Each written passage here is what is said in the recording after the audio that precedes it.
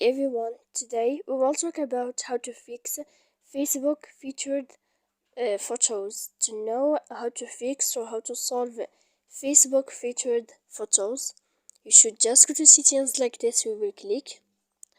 After that, in this page you will go to apps, default apps, app settings. When you will see this list, you will go down to find the application of Facebook and you will enter. Then in this page you will go to click force stop. After that you will enter to storage. Then in this page you can click here clear cache, and after that you will go to click clear data. And when you will end this, you can turn off your phone. So please don't forget to support us by like and subscribe.